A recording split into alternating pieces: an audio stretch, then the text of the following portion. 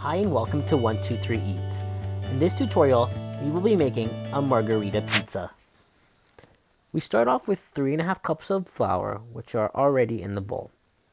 We then add 1.25 cup of room temperature water, a package of yeast, and a tablespoon and a half of sugar. Once those ingredients are added, we use our finger to stir it around to make sure the yeast is activating and beginning to bubble. We then add a 1/4 cup of extra virgin olive oil and a tablespoon of salt, which is not seen in this video.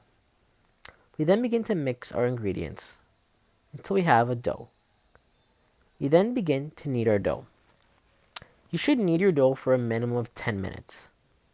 In the beginning, it may look a little rough, but after a little bit of time, it'll look a little something like this. We then hit our dough and slap it around to get rid of excess air bubbles, and because it's pretty fun to do as well.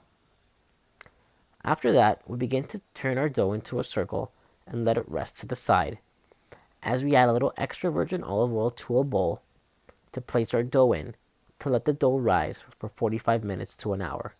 We cover it with a tablecloth and we'll get back to it later. Once that's being in resting mode, we then go on to see our San Marzano tomatoes. We place them in a pot and we start crushing them by hand. Now, you don't have to use your hands if you don't want to. A blender or any type of device that can do crushing will be just fine. So after a couple minutes, the tomatoes are crushed and we strain out the excess water. Runny tomato sauce is not a really good tomato sauce. You want the right viscosity for this pizza sauce. Once that sauce is strained and ready to go, we go back to our pizza dough, which has more than doubled in size. We grab a knife and we cut this pizza dough into halves. And those halves we cut into half again to create 4 pieces of pizza dough. Now, we'll grab one of those doughs, pull it inwards, and start creating a nice circle shape for the pizza dough.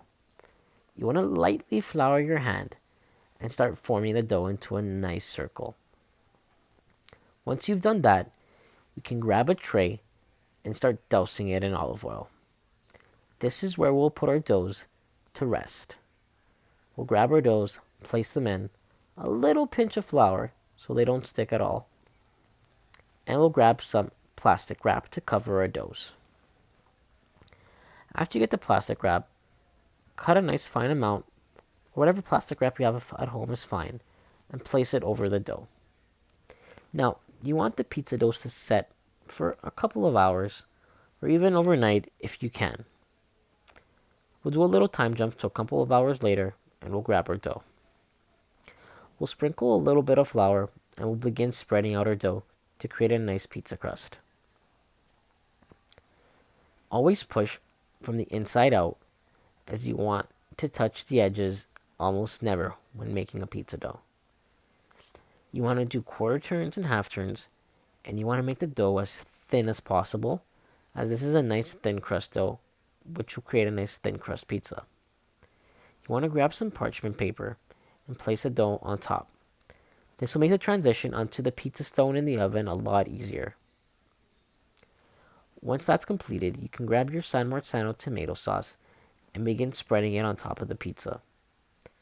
You want to spread a nice even coat onto the pizza, as this will be the key to making a great pizza. Once you're done spreading your tomato sauce, you want to start grabbing your fresh mozzarella cheese. Shred it up into balls and place it evenly on top of the pizza. The amount of cheese you want to put on the pizza, it's up to you.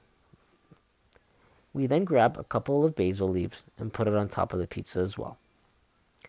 We cannot end it without adding another sprinkle of olive oil before it goes into the oven. A nice light drizzle will do just fine.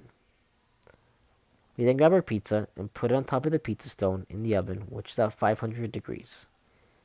You want to cook it for about 6 to 8 minutes. And a little time jump later, our pizza is ready. Here's a nice aerial shot. Might look a little bit different depending on how much tomato sauce you used. We add another nice little drizzle of olive oil, and then we grab our pizza cutter and cut this bad boy up. Cut it into 2 pieces over here, and we cut it into 4 pieces over there. And just like that, you made a nice margarita pizza. Thanks for watching.